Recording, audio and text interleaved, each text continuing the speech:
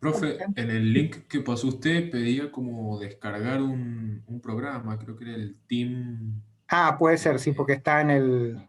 Sí, se puede descargar, es también una plataforma de, así como está el Zoom, así es otra plataforma de ese tipo. bien, bien, perfecto. Y por ahí son las reuniones estas del webinar. Claro, en este caso, para Argentina han usado esa.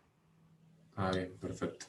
Habían dos conferencias, pero esta me parece más específica, más general, eh, que pueden ver que es del puente de Pontevedra a Vigo en España, que básicamente es un puente antiguo. eh, y bueno, entonces se había diseñado un puente colgante para unir, bueno, lo que está ahí marcado en el círculo blanco, estas dos partes del territorio para, bueno, entre Vigo y Pontevedra era mucho más cerca hacer ese camino que, bueno, si se hacía un camino por la costa o igual para ir a las otras ciudades y no había que dar toda una vuelta. Entonces el puente salvaba esa distancia.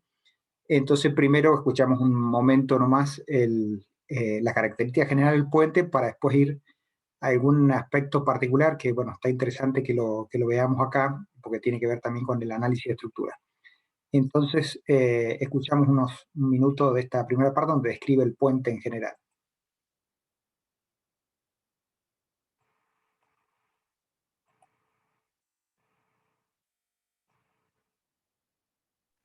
Ingeniero no está compartiendo el sonido de la computadora. Ah, no está el sonido. Claro. eh, y eso no sé cómo se comparte. Si acerca el mouse para arriba, se va a desplegar como una pantalla donde tiene las opciones usted para silenciar y todo eso. Silenciar ¿El su mouse micrófono. arriba de dónde? Ajá, de la pantalla. Para la parte superior de la pantalla. Ahí no le aparece como un menú No. desplegable. Porque ahí se comparte el sonido de la computadora.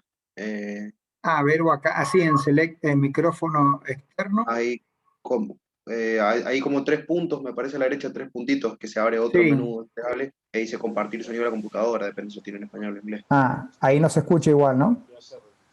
Ahí sí, ahora sí. Ahí sí. Bueno, ahí está explicando el tema Igual este se del escucha camino. bastante despacio, profe. No sé si soy yo nomás. Sí, pues. Sí, se escucha un poquito bajo. A ver ahí. de Vigo, precisamente en lo que se denominaba el estrecho. Sí. En aquel momento, pues Ahí mejor, profe. área pues, razonablemente poco urbanizada, natural, que además pues, tenía un aprovechamiento industrial y pesquero pues solamente moderado. El desarrollo de la autopista pues, llevó a colocar precisamente ahí un puente que fue fruto de un concurso internacional de proyecto y construcción. En aquel momento ganó la empresa Cubiertas y Tejados, consorcio con MZOP, que son los antecedentes de la empresa que Acciona, con un diseño además de los ingenieros italianos Fabrizio de Miranda y Alfredo Pásaro y del ingeniero español Florencio del Pozo. En su momento fue un puente muy importante, tenía un tablero metálico realmente mixto porque tiene una pequeña capa de compresión que se utiliza como tal, de una longitud de casi 700 metros y lo que era más singular era el vano principal que alcanzaba los 400 metros. La altura de pilas era de 128 metros y su construcción se inició en 1973 y se terminó en 1978. Un plazo que para aquella época pues, parece bastante razonable. Sin embargo, es curioso, pero la autopista no llegó a su extremo norte hasta 1981, con lo cual el puente estuvo prácticamente 3 años esperando a ponerse en servicio. Aquí pueden ver algunas imágenes de su construcción realizada pues, con el método clásico de avance en voladizo y una imagen general del interior hacia el mar de lo que sería el entorno del puente con la ciudad de Vigo al fondo y la autopista que, como indicaba antes, prácticamente hasta 4 años después de su construcción no llegó al puente. En aquel momento, el puente de Rande... Vamos a ver otra parte más de... Bueno, entonces es el puente, el diseño original. Y bueno, lo que pasa después con los años es que la demanda, por supuesto, de tráfico es mayor y entonces había que solucionar por dónde tenía que circular esa cantidad de gente, esa cantidad de autos, bueno, camión, etcétera, que necesitaba pasar de un lado al otro. Y bueno, entonces ya había un estudio en 2017 que era necesario incrementar la capacidad de esa autopista donde pasaba también el puente. No se podía sostener ese nivel de servicio que existía en aquel momento en el puente, esa inestabilidad de la circulación, y era más que recomendable, necesario, incrementar su capacidad. Entonces, pues bueno, surgen diferentes alternativas de ampliación. La planificación de carreteras tenía previsto la realización de una autopista por el interior para comunicar la ciudad de Pontevedra y la ciudad de Vigo, pero teniendo en cuenta que si la distancia entre ambas ciudades es de 30 kilómetros, la distancia por esta nueva vía estaba cerca de los 50. Y además se estimaba un plazo de ejecución del orden de 15 años y un coste del orden de 700 millones de euros. Con lo cual no cumplía los requisitos o los requerimientos que se exigían ese incremento de capacidad. Por otro lado, había la posibilidad de acceder a Vigo desde la zona del Morrazo por el exterior, es decir, por un puente que en lugar de estar justo como el puente de Randa en la zona del estrecho, se situaría en una zona bastante más ancha. Eso lo que implicaba era, pues lo primero, tener que hacer un puente por el exterior de la ría que tendría una luz cercana a los 2.000 metros. Es decir, sería sin duda un nuevo récord del mundo. Y además requería una serie de túneles en la zona del Morrazo, que es bastante montañosa, un plazo de ejecución que se estimaba en cerca de los 20 años y un coste pues, que yo creo que nunca se llegó a estimar con rigor, pero que podría estar alrededor de los 1.400 millones de euros. Bueno, vemos acá entonces cómo está la génesis, digamos, de una obra, en este caso el tema de puentes, donde hay que plantearse, bueno, primero, antes de ver si la tipología estructural que vamos a usar, qué obra vamos a hacer y dónde. Acá desde hacer otra ruta, otro puente, poner un puente en paralelo que también se analizó, del que ya estaba, hacer una vía inferior, por ejemplo, como que se han hecho en otros puentes también, se pone un tablero más abajo del existente y bueno, se crea otra vía. Hay distintas posibilidades que hay que analizar. Desde las grandes obras hasta una pequeña obra, o sea, si tenemos que hacer una vivienda también, bueno, ya ahora, por ejemplo, hay que preguntarse qué tipo de construcción queremos, si queremos una construcción tradicional, con hormigón armado, mampostería, que es lo que se usa convencionalmente, o si queremos pasar, por ejemplo, a un sistema de estos que son ahora de industrializado, por ejemplo, el steel frame. Entonces, bueno, siempre hay que, antes de ir a la estructura, hay que ver qué construcción queremos hacer o se puede hacer. Y bueno, siempre está bueno esto del análisis de distintas posibilidades. Bueno, lo que se hace también los análisis de factibilidad para ver todo el tema de costo que implica hacer cada cosa, el impacto que va a tener en la zona que se va a hacer. Y bueno, y básicamente los tiempos también que demanda cada acción. Así que eso está interesante para no ir solamente a la estructura y nada más. Y lo otro acá también que estaba interesante era cuando, fíjense, se plantea el desarrollo conceptual de la estructura. Es decir, primero en forma de ideas, vamos planteando qué queremos hacer con la estructura. Entonces, bueno, acá ya se decidió que no se iba a hacer ningún otro puente ni cambiar la ruta, sino que se iba a mantener el puente actual, pero se lo iba a ampliar.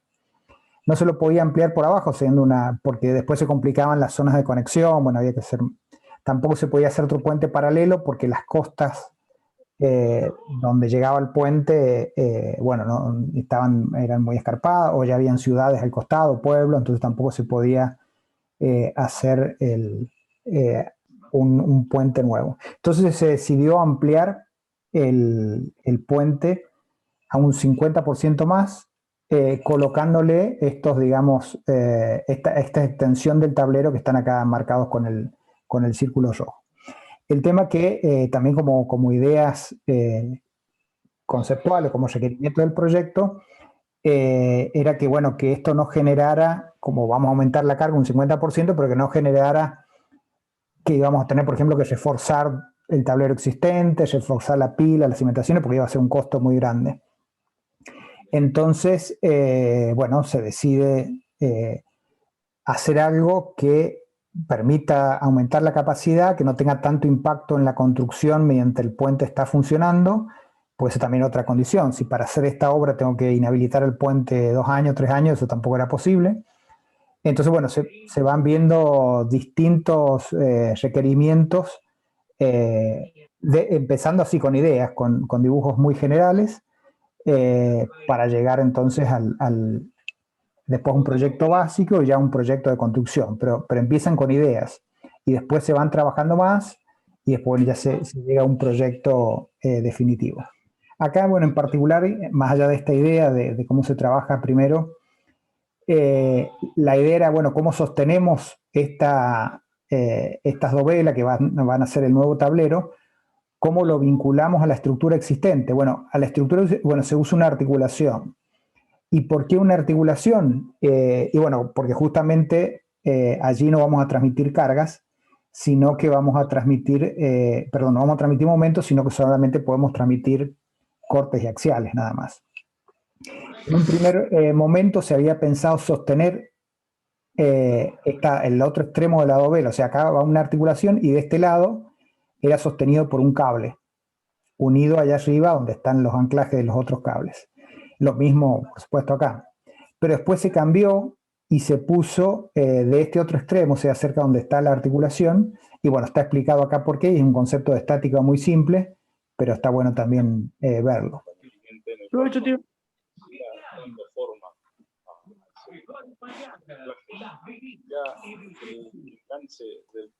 Bueno, ahí lo que también, este cable hay que anclarse, pero ya no lo podíamos anclar donde se estaban anclando los cables antiguos, sino que había que hacer, bueno, un nuevo anclaje y de paso, bueno, se mejoraba todo el sistema de transmisión de carga acá arriba. El tablero exterior pasó del exterior al interior,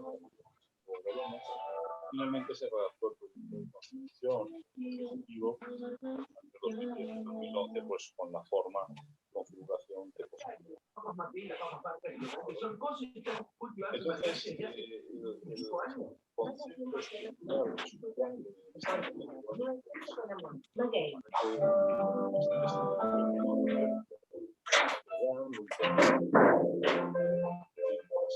sobrecargas de tráfico que se reciben en un tablero que actualmente consta de pequeños puentes apoyados cada poca longitud, puede ser muy estricto. Fíjate la cosa, 173 para los debutantes y 16 para los traslada la carga a la parte de arriba del pilón que se compensa trasladando la carga vertical a la y simultáneamente se produce una compresión en el tablero para dar equilibrio entre todos estos sistemas. Y transversalmente lo que se produce es que la carga que existe de tráfico en el tablero se resiste pues, mediante esos tirantes que hemos indicado antes. Bien. Bueno, fíjense entonces qué sencillo que está también la explicación de cómo funciona el puente atirantado. Por acá pasan los autos, este es el tablero, también, bueno, esto es una estructura metálica reticulada. Entonces acá están las cargas de los autos y este tablero reacciona con los cables. Es decir, esto que nosotros dibujamos con una viga y acá le ponemos los apoyos para abajo, en este caso el apoyo son los cables que van hacia arriba y están traccionados debido a la carga de compresión que produce el tráfico.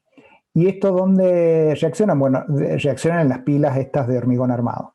Y a su vez, bueno, acá también hay un efecto de tracción de los tirantes que están de este lado y bueno, produce una compresión también en el tablero.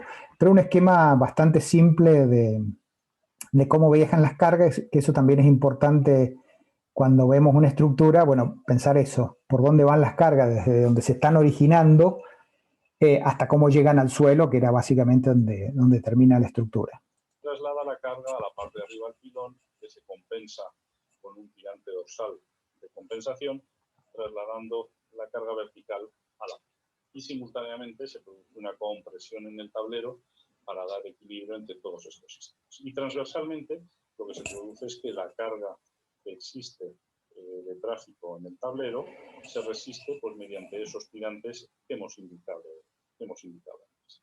Bien, si nosotros añadimos, como he indicado antes en la segunda fase ya de Proyecto Básico, un nuevo tablero y lo conectamos de forma puntual al tablero existente y en lugar de atirantarlo, como estaba previsto al principio en el borde, lo atirantamos por el interior de la calzada, lo que ocurre es que la sobrecarga de tráfico de los tableros de ampliación genera un momento que hace que, si bien la carga en los tirantes nuevos es mayor que le correspondería de forma así, isostática, hace que los tirantes del puente antiguo reduzcan su carga, cosa que resultaba fundamental para no estar sobrecargando esos tirantes en la fase definitiva de servicio, ¿no?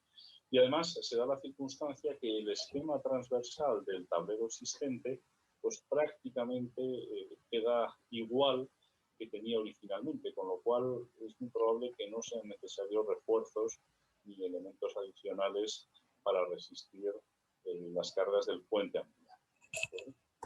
Entonces, fíjense, esto también es muy importante, estoy modificando la estructura, estoy aumentando en un 50% la capacidad de tráfico, pero la zona original del puente no voy a tener que reforzarla, y fíjense cómo con un cambio de criterio de diseño, que en vez del tirante esté acá, bueno, se origina esto que estaba marcado recién, de que este tirante, bueno, se origina acá entre la articulación y esto, un par en las cargas del tráfico producen un par en este sentido, y bueno, con la tracción y la fuerza que se produce acá en la articulación, generan la eyección. Pero esta eyección que viene para este lado, descarga este tirante que estaba traccionado por el efecto de las cargas en el tablero original. Entonces, esta fuerza en el tirante va a ser menor.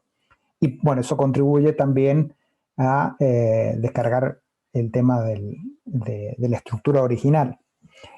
Y bueno, las pilas van a, por supuesto, tener más carga, pero en este caso, bueno, estaban como originalmente sobredimensionadas, entonces tampoco hizo falta reforzar la pila ni la fundación.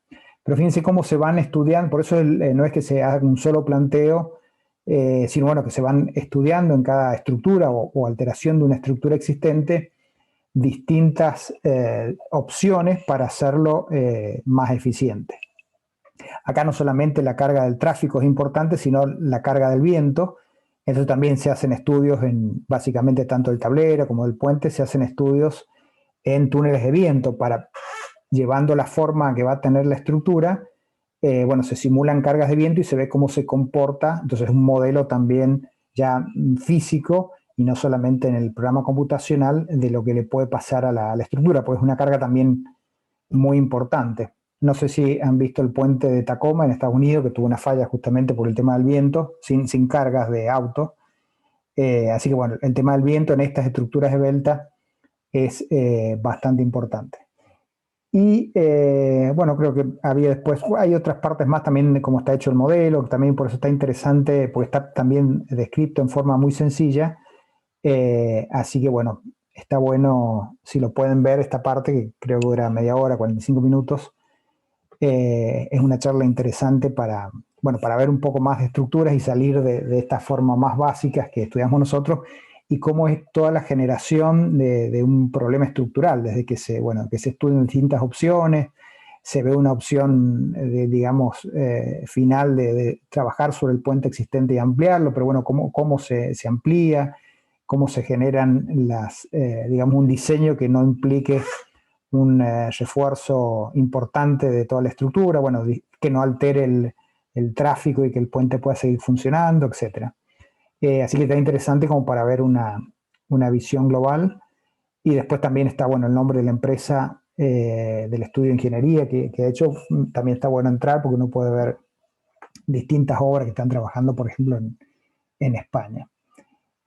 Así que bueno, esto era como para empezar la clase, viendo un proyecto ya desde el punto de vista general y cómo interviene el análisis. Fíjense acá en algo muy simple, cómo vemos cómo los momentos podemos jugar nosotros con el diseño de la estructura para lograr algunos efectos que hagan una estructura con un mejor funcionamiento. Así que bueno, esto era esta parte de la idea de esta concepción general del puente en España. Y ahora sí, entonces empezamos con la unidad número 4. Vamos a primero, la parte conceptual la vamos a ir explicando acá, después la ven el apunte específico, pero no lo vamos a detallar el otro apunte, por eso lo decíamos, tanto el video de introducción como el apunte, que lo puedan seguir ustedes para que después lo completen con esto que vamos a ver acá.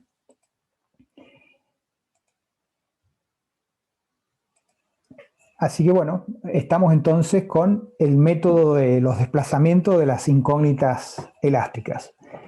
Entonces, en el método de las fuerzas, las incógnitas eran justamente las incógnitas preestáticas, o eran ya sean en momentos o fuerzas. Ahora las incógnitas son desplazamientos, es decir, van a ser corrimientos o giros. O sea, ya tenemos un cambio fundamental. Y es el segundo método de que vamos a ver en este curso, y no vamos a ver nada más. Son estos dos únicos métodos de análisis de estructuras que vamos a estudiar acá, porque en la unidad siguiente vemos estos mismos métodos, pero en forma matricial, pero no, son estos, básicamente estos, con esa forma de escritura matricial, que en distinto nada más, pero es el mismo concepto.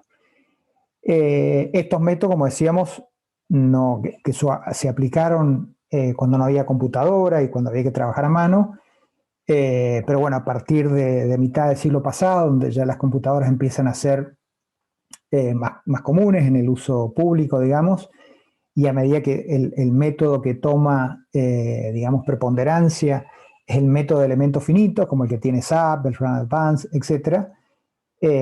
Se usó por su mayor eficiencia y versatilidad para hacer mucho más estudios de distintos tipos de acciones, leyes constitutivas, etc. Se usan el método de elementos finitos. Eso es lo que se ha llevado, digamos, a programar y permite hacer el análisis de estructura. Pero bueno, mantenemos estos métodos clásicos, el de las fuerzas y el de las incógnitas elásticas, porque nos permiten a mano, resolver estructuras simples, y es como ir también conociendo en detalle cómo es el funcionamiento de las estructuras. Por eso es que mantenemos estos procedimientos. Así que bueno, eso es lo que vamos a hacer. Y bueno, las aplicaciones que vemos es lo mismo que hicimos en el método de la fuerza. Acá no vamos a ver reticulado nada más, pero son vigas continuas, pórticos, marcos y estructuras espaciales. Bueno, después algunos casos particulares. Pero básicamente es lo que hicimos en el método de la fuerza, el análisis estructural que hicimos con las tipologías que vimos en la unidad anterior, lo vemos ahora con este método de los desplazamientos.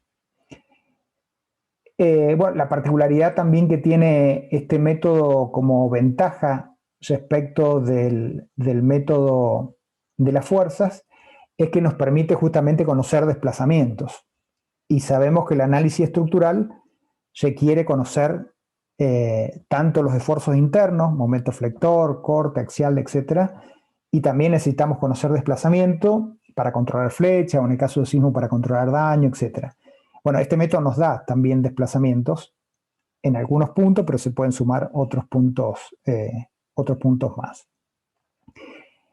Acá están los pasos necesarios, pero nosotros lo vamos a ir viendo justamente ya en un ejemplo particular. Entonces, vamos a empezar con vigas continuas, como esta que tenemos acá. Fíjense, esta estructura está empotrada acá, apoyo móvil, acá también un apoyo móvil, y este P sub 2 por A quiere decir que había un voladizo de longitud A y había una carga P sub 2 hacia abajo. Entonces, nos conviene para seguir el método, el procedimiento es esta carga P sub 2 a una distancia A, pasarla como momento acá en la sección del apoyo B. Bueno, si lo hiciéramos por el método de la fuerza, lo que primero tendríamos que hacer es determinar el grado de hiperelasticidad de la estructura, que de acá de cuánto sería el grado de hiperelasticidad.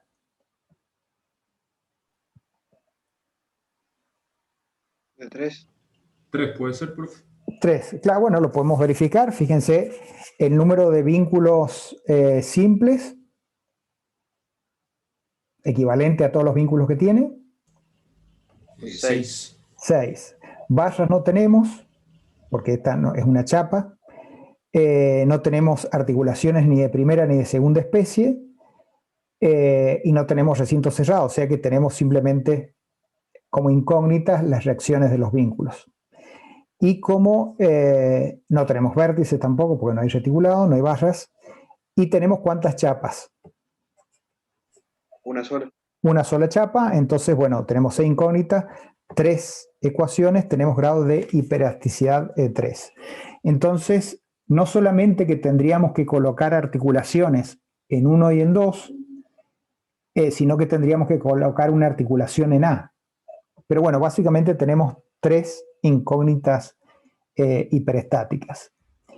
Ahora lo que hacemos en el método de los desplazamientos es determinar primero cuáles son las incógnitas cinemáticas. Y como incógnita cinemática vamos a tener corrimientos y o giros.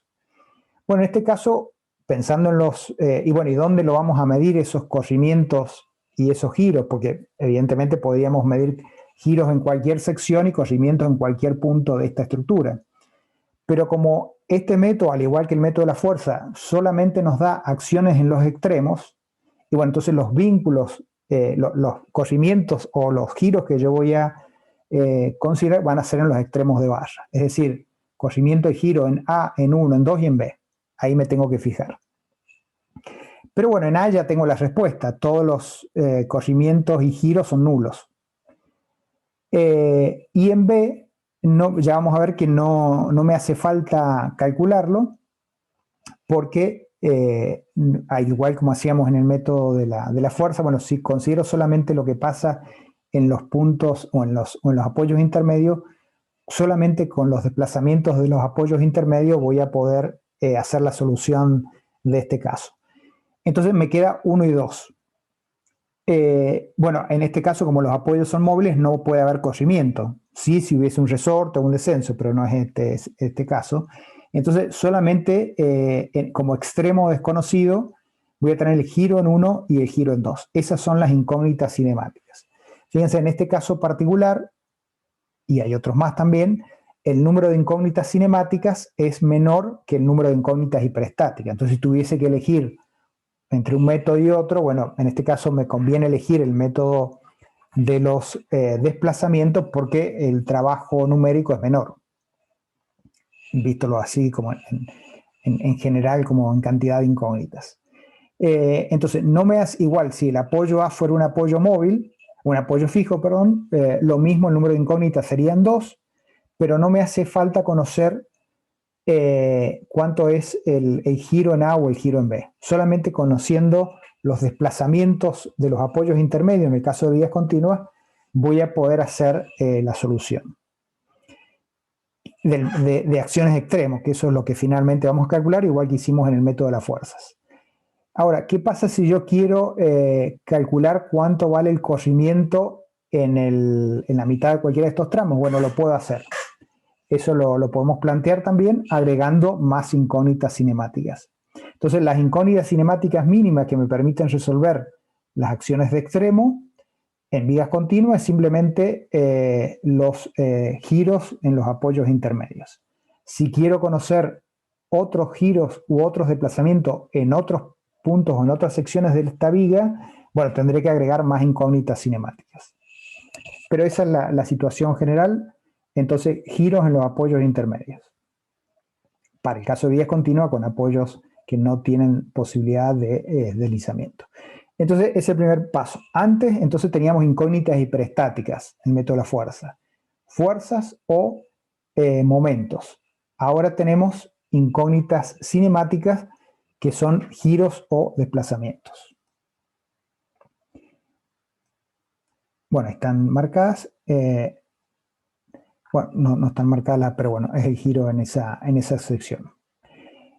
¿Qué vamos a hacer ahora? Bueno, en el método de la fuerza, una vez identificada la cantidad de incógnitas hiperestáticas, formábamos un isostático equivalente y poníamos en evidencia las incógnitas hiperestáticas. Acá vamos a formar un sistema base. ¿En qué consiste ese sistema base? Bueno, yo tengo la estructura original empotrada acá, con un apoyo móvil acá, un apoyo móvil acá y un apoyo móvil acá. Para transformarla en sistema base, yo voy a impedir en este sistema los desplazamientos que tengo como incógnita. Entonces, si yo tenía como incógnita el desplazamiento en 1, el giro en 1 y el giro en 2, bueno, voy a impedir ese giro. Entonces, este cuadrado negro lo que marca es que en la estructura original yo la voy a alterar agregándole estos impedimentos de giros marcados con este cuadrado negro. Entonces, cada desplazamiento incógnita que marqué en el primer paso del método de desplazamiento, ahora en el sistema base lo tengo que impedir.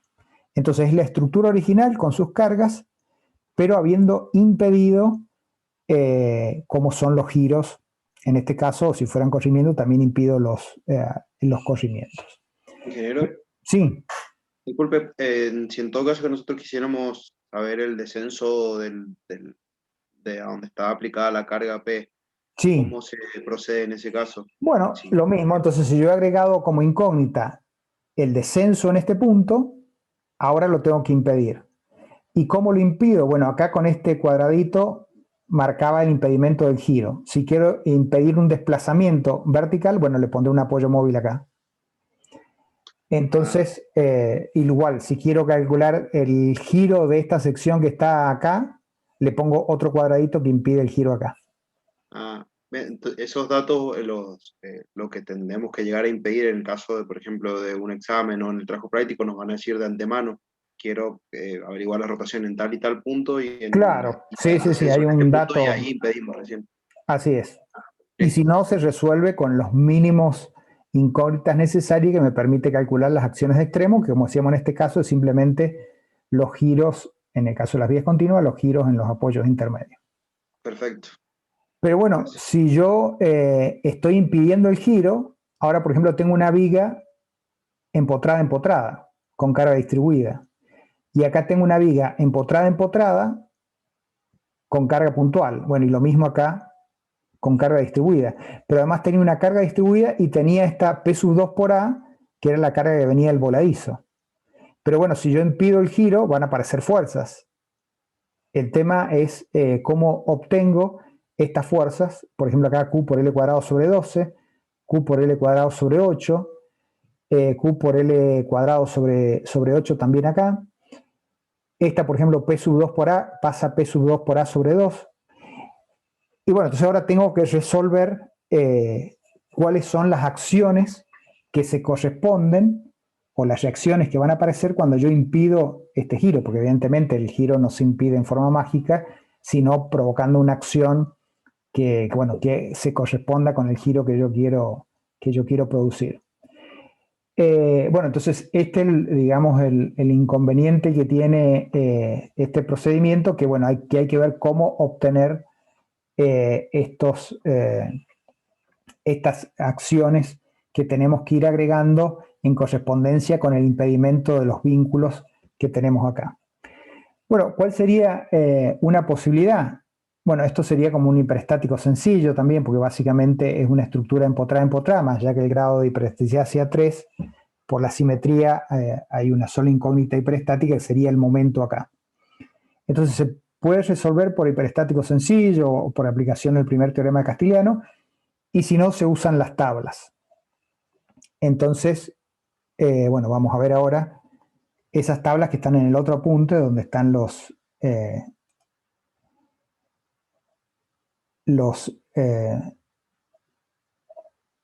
las partes fundamentales de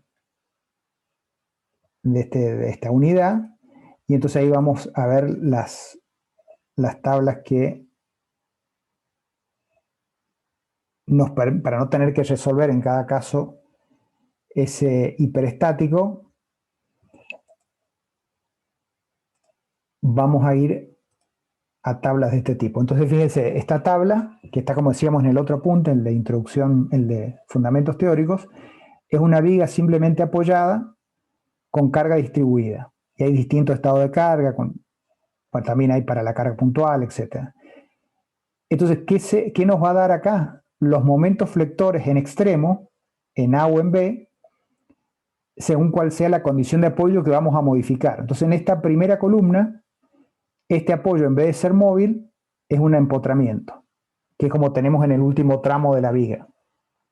Si pasa eso, si tenemos una viga con carga distribuida, con un extremo empotrado y con un apoyo móvil o fijo, el momento de empotramiento es Q por L cuadrado sobre 8. Entonces yo puedo venir a esta tabla y sacar cuánto valen ese momento. Si como en el primer tramo tengo una viga empotrada, y bueno, puedo saber cuánto vale el momento en XA y en XB. Eso es Q por L cuadrado sobre 12. Entonces ya están resueltos estos hiperestáticos, y si no, bueno, lo pueden hacer como un ejercicio también del método de la fuerza, ver para estos casos cuál es la incógnita hiperestática. Pero bueno, en general tan tabulado, cuando antes se trabajaba con este método en general a mano, bueno, hay tablas en los libros resolviendo todos estos casos, por ejemplo, cuando la carga no llega cuando está a la mitad, cuando tiene una longitud A, bueno, distintas combinaciones de carga, y después también está con las cargas concentradas. Entonces, de tablas yo puedo sacar, o resuelvo, o obtengo. Pero entonces, y bueno, después hay casos que se repiten mucho, como es la carga distribuida y las cargas concentradas. Por ejemplo, para carga concentrada puedo tener esta posibilidad, empotrado y móvil, o fijo, entonces este momento es Q por L cuadrado sobre 8, y empotrada es Q por L cuadrado sobre 12.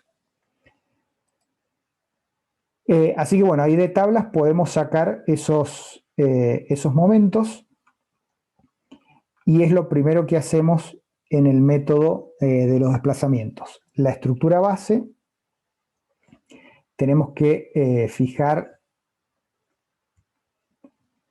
cuáles las incógnitas cinemáticas, y una vez que hayamos fijado el giro o el corrimiento, tenemos que agregar las acciones que corresponden. Entonces, esta viga empotrada, Q por L cuadrado sobre 12. Esta viga empotramiento acá, apoyo móvil acá, Q por L cuadrado sobre 8. Por supuesto, las luces correspondientes en cada vano. Esto también está en la tabla, carga puntual, empotramiento, Q por L cuadrado sobre 8. En esto que tenemos acá también está en la tabla, pero básicamente si yo tengo una viga que está empotrada en este tramo y con apoyo móvil o fijo acá, si yo aplico un momento acá, la reacción es un momento dividido 2. Entonces el momento era P por A. El momento acá como reacción es P por A sobre 2. Y el signo, bueno, si este era, bueno, tiene básicamente el mismo signo, sentido horario positivo.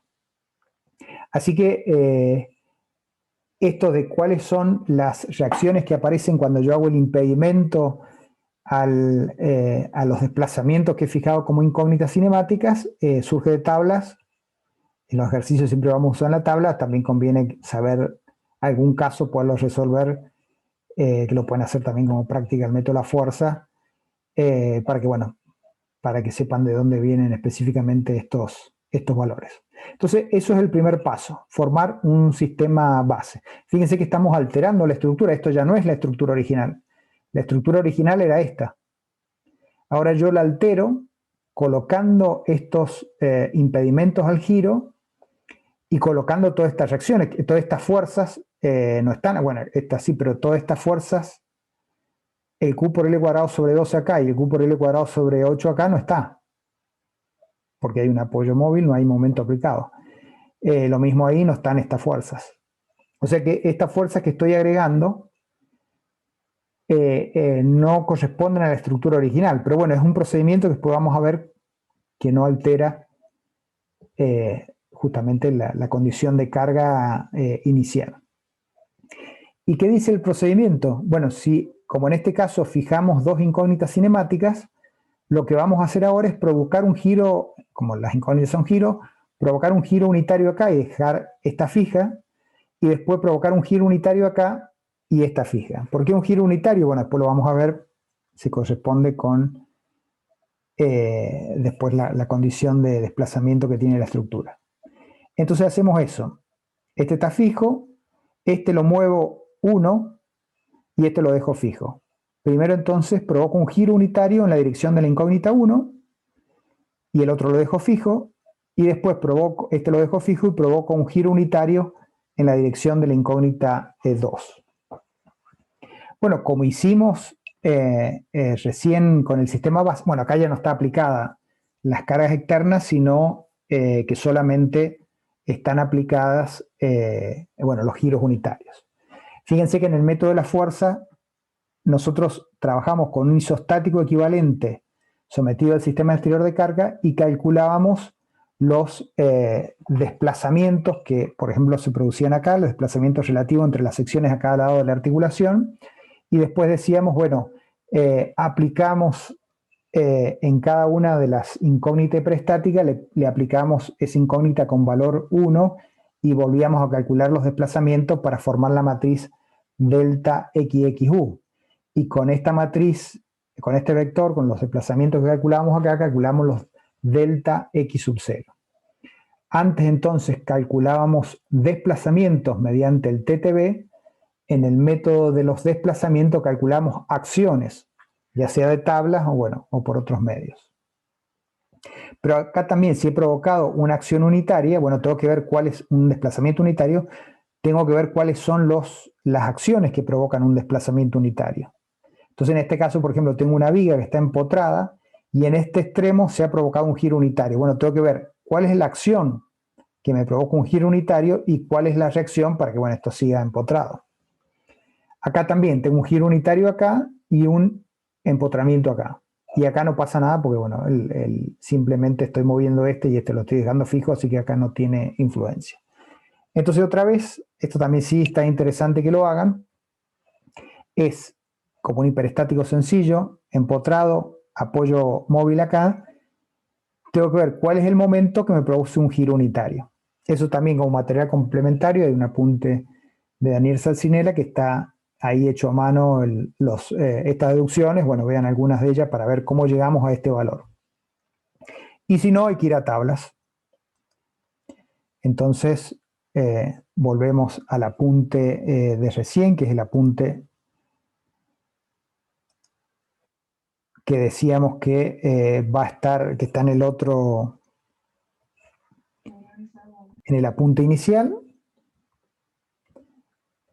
Y entonces, así como hay tablas para ver cuáles son las acciones cuando tenemos una viga empotrada, con carga distribuida, con carga puntual, etc., también hay tablas donde está esto ya tabulado de justamente cuáles son las acciones que se originan en una estructura con distintas condiciones de vínculo y con distintas condiciones de desplazamiento. Por ejemplo, el caso 1 es un giro unitario en el extremo A y un empotramiento en el extremo B, que son los casos que estábamos viendo.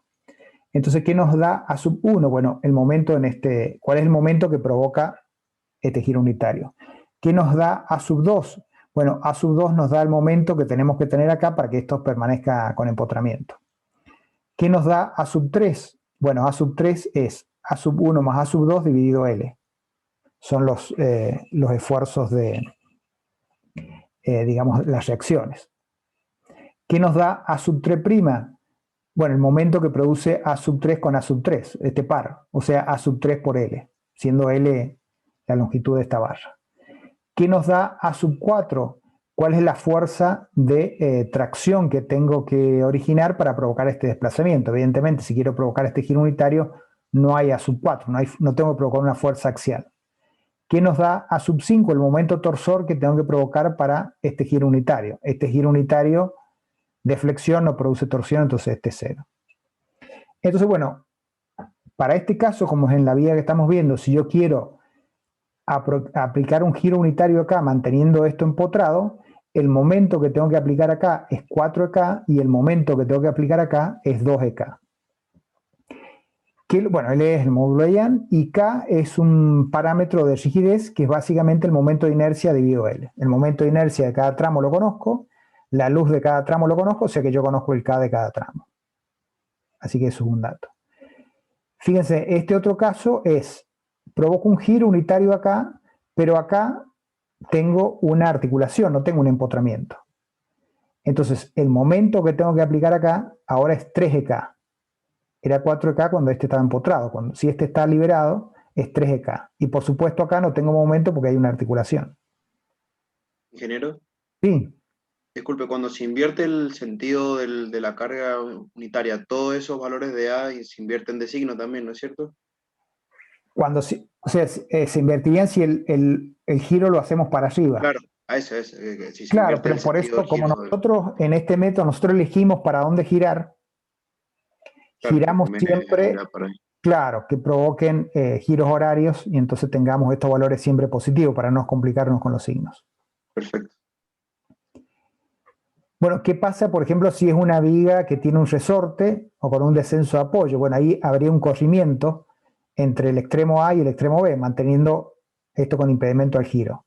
Bueno, ¿cuál es el momento que tengo que provocar acá y que tengo que provocar acá para lograr un desplazamiento unitario, un corrimiento unitario en los extremos y que estos extremos se mantengan con impedimento al giro? Bueno, 6EK sobre L. 6EK sobre L. Y las reacciones es la suma de estos dos, 12K sobre L dividido L. Por supuesto, el A sub 3 con estos A sub 3 son iguales y el A sub 3' es simplemente el momento. El A sub 3 por el L. O sea, 12K por L. Bueno, y así están, por ejemplo, acá en vez de provocar, es igual que acá, tengo los extremos empotrados. Pero ahora tengo con impedimento al giro, no empotrado. Pero ahora en vez de tener un corrimiento vertical unitario, tengo un giro unitario. Porque algunas veces las incógnitas pueden ser giros y no corrimientos. Puedo elegir, esto es equivalente a esto, en cuanto a incógnitas. O puedo tener una viga que está empotrada en un extremo y libre en el otro. Y lo mismo quiero conocer cuáles son las acciones de extremos si yo coloco un corrimiento vertical unitario o un giro unitario. O puedo tener este otro caso que también lo vamos a aplicar, donde este gira 1, pero este también gira 1.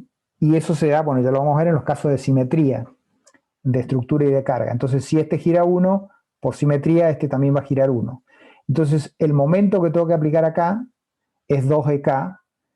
Y bueno, en este caso, como gira en sentido negativo, va a ser menos 2EK. O puedo tener, que también lo vamos a aplicar cuando tengamos estructura simétrica con carga antisimétrica, que yo giro acá 1, pero este gira en sentido contrario, no como acá. Entonces, si este gira así y este gira así, yo tengo que aplicar un momento acá que va a ser positivo y este también momento positivo. Bueno, esos momentos van a ser 6EK. Esto, fíjense, ¿qué pasa si yo tengo que provocar en el eje axial un corrimiento unitario? Bueno, el desplazamiento que tengo que aplicar E por F sobre L. Esto surge de la ley de Hooke, muy sencillo. ¿O qué pasa si yo tengo que en la sección transversal aplicar sobre esa misma sección un momento, es decir, un momento torsor unitario? Perdón, lograr con un momento torsor un giro unitario. Bueno, el momento torsor que me provoca un giro de la sección en su plano unitario es E por F sobre gamma, siendo gamma la relación entre el EJ y el GJT. Así que bueno, en tablas nosotros vamos a poder encontrar cuánto valen los momentos o las fuerzas para provocar distintos desplazamientos unitarios con distintas condiciones de extremo de las barras. Así que por supuesto para los ejercicios usamos esta tabla, pero también, bueno, desde el punto de vista teórico hay que algunos de estos casos saber resolverlos para ver cómo se llega básicamente al 4K o al 3K, por lo menos tomar algunos casos y en este material complementario está resuelto, así que lo pueden ver por allí, pero bueno, básicamente es un ejercicio de un hiperestático sencillo, donde bueno, le imponemos la condición del desplazamiento unitario y a partir de allí calculamos las acciones. Así que bueno, esto es lo que vamos a aplicar cuando hacemos esta segunda parte del procedimiento, que es provocar giros o desplazamientos unitarios en cada una de las acciones que estamos, en cada una de las incógnitas cinemáticas que tenemos. Entonces volvemos a nuestro caso de viga continua. Entonces, si yo he aplicado acá un giro unitario y acá tengo empotrado y acá tengo giro unitario, bueno, esto es 4EK, 2EK. ¿Por qué K sub 1? Porque se refiere al J1 dividido L1. Cada tramo puede tener su distinto J y su distinta L, por eso lo identificamos con un subíndice. Este otro extremo, giro horario positivo, este tiene que tener el impedimento al giro. Bueno, otra vez, 4EK, 2EK. Y acá no pasa nada porque no, esto está empotrado, no, el impedimento al giro no sigue por acá. Así que bueno, ahí tenemos estas acciones que se corresponden con giros unitarios y con impedimento al giro en el otro extremo de la barra. Si vamos a la incógnita X2, bueno, provoco un giro unitario en la dirección de la incógnita cinemática 2 y aplico las acciones correspondientes según la tabla. Acá tengo giro unitario, empotramiento, otra vez, 4EK, 2EK. Yo elijo entonces girar siempre en sentido positivo para evitarme los signos negativos de las acciones. Y acá, ¿qué pasa? Tengo giro unitario, pero este apoyo no es un empotramiento, sino que es un apoyo móvil. Entonces ya no es 4EK, sino como veíamos recién, 3EK. Así que bueno, este es el procedimiento básico. Estructura original, identifico las incógnitas cinemáticas, básicamente en los extremos de barra, que es donde voy a obtener las acciones. Tomo la estructura original y ahora impido esos incógnitas cinemáticas que he identificado y después, sin las cargas exteriores, aplico un desplazamiento unitario en cada una de las incógnitas cinemáticas y después, básicamente, bueno, en eso concluyo. Fíjense qué va a pasar con las ecuaciones. Antes teníamos en el método de la fuerza unas ecuaciones de compatibilidad de desplazamientos y entonces yo decía delta x sub 0 más delta xu por x tenía que dar 0 porque, por ejemplo, en las vigas continuas los giros relativos entre las secciones al lado de la articulación debían ser nulos porque no podían una sección separarse de la otra en la estructura original porque eso implicaba una fractura.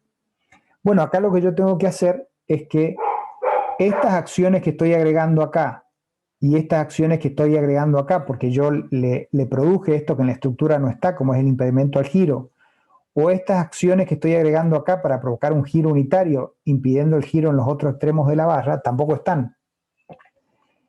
Y estas acciones que están acá tampoco están en la estructura original. Entonces yo tengo que asegurar que la suma de todo esto que estoy agregando sea 0.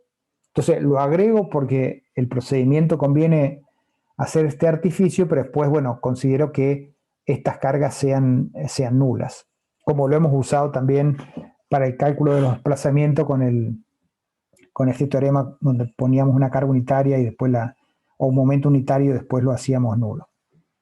Entonces, es un artificio de agregar, digamos, impedimentos a giros o a corrimientos, agregar las acciones que corresponden a ese impedimento, pero después lo que hacemos es decir, bueno, todas estas acciones que estamos agregando son 0. Entonces, esta acción más esta acción por x1, porque en realidad el giro que tiene la estructura acá no es un giro unitario, sino que tiene un giro x1 determinado que todavía no conocemos. Pero bueno, a nivel ecuación lo planteamos. Estas acciones más estas acciones por x sub 1 más estas acciones por x sub 2 debe dar 0 porque en la estructura original no están aplicadas esas acciones. Las he agregado yo por estos artificios de impedir acá el giro o provocar un giro unitario acá, manteniendo fijo los otros dos. Entonces ya tengo una ecuación de equilibrio de fuerzas. Estas fuerzas, en este caso momentos, más estos momentos por x1, más estos momentos por x2, tiene que ser igual 0 porque todas estas acciones que estoy marcando no están en la estructura original. Es el fundamento del método y que está explicado en este video introductorio con un hiperestático sencillo, digamos. Bueno, y lo mismo con donde están las acciones que originé acá con la otra incógnita cinemática. Estas acciones más esta acción por x1, porque no es igual 1, más esta acción por x2 debe dar 0 porque todas estas acciones que estamos mostrando no están en la estructura original. Entonces ya con la ecuación de equilibrio de fuerzas, que básicamente es lo que está acá, porque después la x0 pasa por acá, me permite asegurar que las acciones que yo estoy agregando en este procedimiento, en este artificio que estamos explicando, en realidad las hago igual 0, o sea que para el resultado final no alteran la estructura original. Y entonces esta ecuación de equilibrio, ax0 más axu por x igual 0, yo el ax0 lo despejo acá y bueno, tengo el sistema de ecuaciones lineales que me va a permitir calcular las incógnitas cinemáticas. Porque los ax0 son acciones que los he calculado de esta manera, es decir, fijando las incógnitas cinemáticas y de tablas, por ejemplo, sacando cuáles son estas acciones que se corresponden con estos impedimentos al giro. Y la axu son estas acciones, o sea, una matriz de 2×2. Acá voy a tener A11, A12, A21, A22. Estas acciones las he obtenido también de tablas para, bueno, la que veíamos recién, para esta condición de extremo fijo o extremo giro unitario. Bueno, ahí salen de tabla, los resuelvo por hiperestático sencillo. Entonces, estos son datos y puedo calcular las incógnitas. Fíjense, en el método de la fuerza era delta xu por x igual a menos delta x sub 0, donde x eran fuerzas o acciones, incógnitas hiperestáticas, y estos desplazamientos lo obteníamos mediante el TTB. Ahora tengo acciones como datos, obtenidas de tabla, por ejemplo, y el sistema de ecuaciones lineales me permite resolver las incógnitas cinemáticas, es decir, giros en este caso, para ir viendo la analogía de los dos procedimientos. Para este caso particular, resolvería un sistema de 2×2, porque tengo un sistema, sí, teniendo dos ecuaciones con dos incógnitas, porque tengo solamente dos ecuaciones cinemáticas.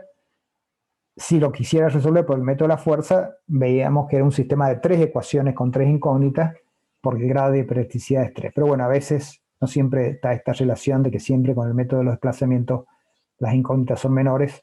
En este caso sí se da esa situación. Entonces, ax0 es un vector.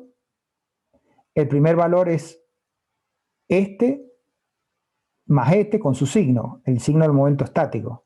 Este es positivo, este es negativo. Entonces, el A10 es la acción en la dirección de la incógnita 1 cuando en el sistema base actúa el sistema exterior de carga. Es el A10. Sería Q por L cuadrado sobre 12 menos P por L cuadrado sobre 8.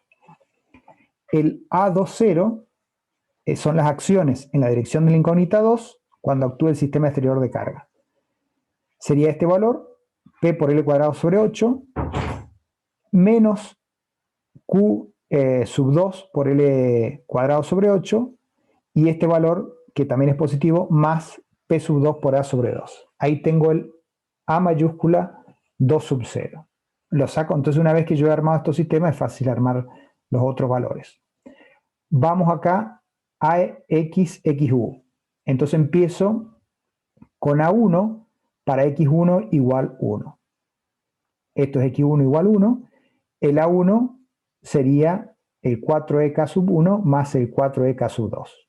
Fíjense, provocando giro unitario, bueno, estos valores van a ser positivos. Y el A2, perdón, este sería el A11 y este sería el A12. Perdón, el A21.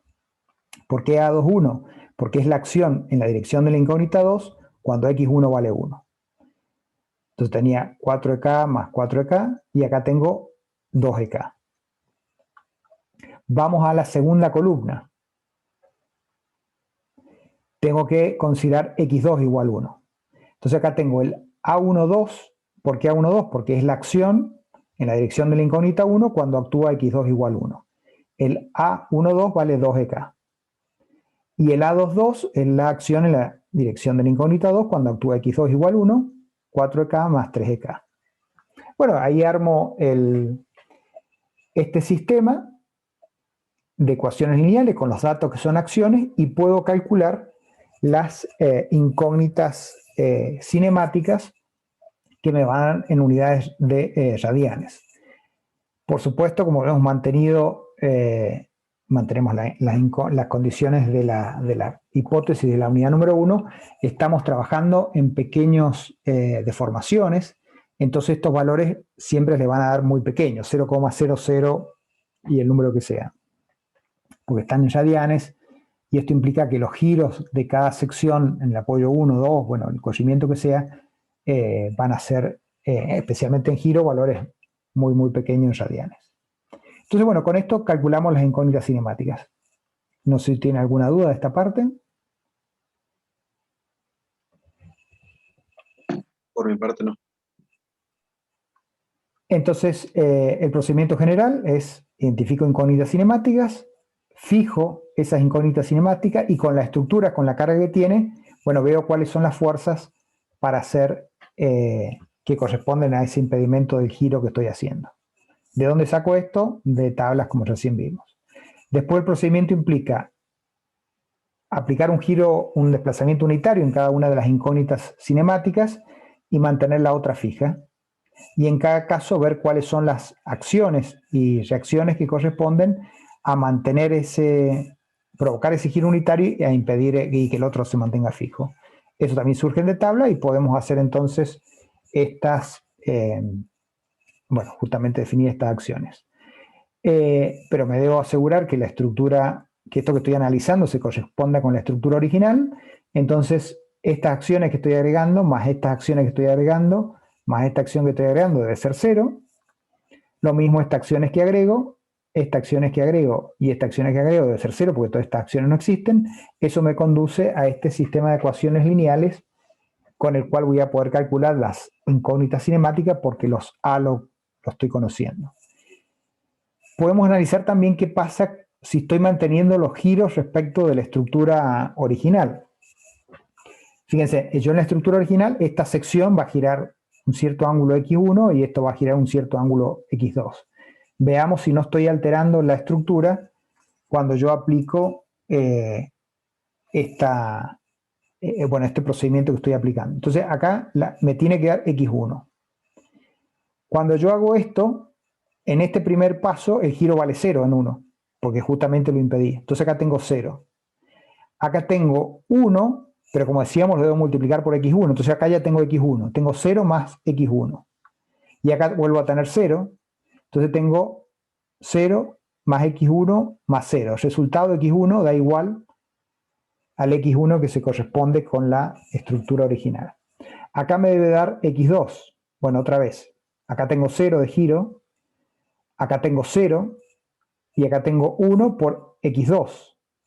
Entonces acá me da también 0 más x2, resultado x2.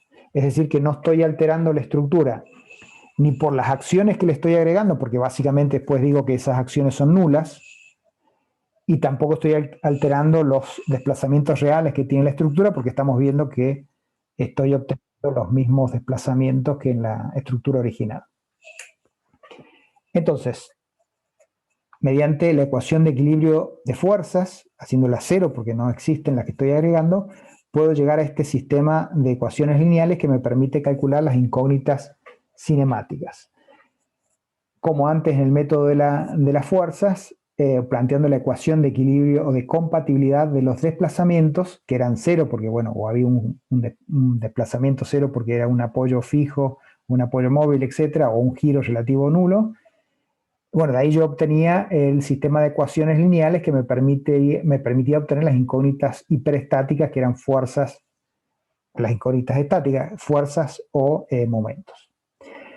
Y después, bueno, viene el paso, bueno, acá entonces tengo giros que el método de la fuerza no me lo da. Y obtener desplazamiento también es importante porque es un resultado del método del análisis estructural. En el método de la fuerza, si yo quería calcular desplazamiento, tenía que aplicar el TTB mediante, bueno, para estructuras hiperestáticas, pero era otro paso más. Acá lo estoy obteniendo de esta manera. Y después, bueno, finalmente quiero obtener las acciones de extremos, que es lo que siempre buscamos. Y bueno, ¿qué voy a hacer con las acciones de extremo? Lo mismo que hacía con el método de la fuerza, es decir, que tengo que hacer Sumando los efectos de cada uno. claro, porque si yo digo que la estructura original es igual a esto más esto por x1 más esto por x2, y bueno, si todo esto es igual al original, sumo lo que tengo acá y me da el resultado original. Entonces, fíjense, momento en A va a ser q por L cuadrado sobre 12, este es negativo porque es antihorario, más 2ek1 por x1 más 0 por x2. Y fíjense qué sencillo que se obtiene el...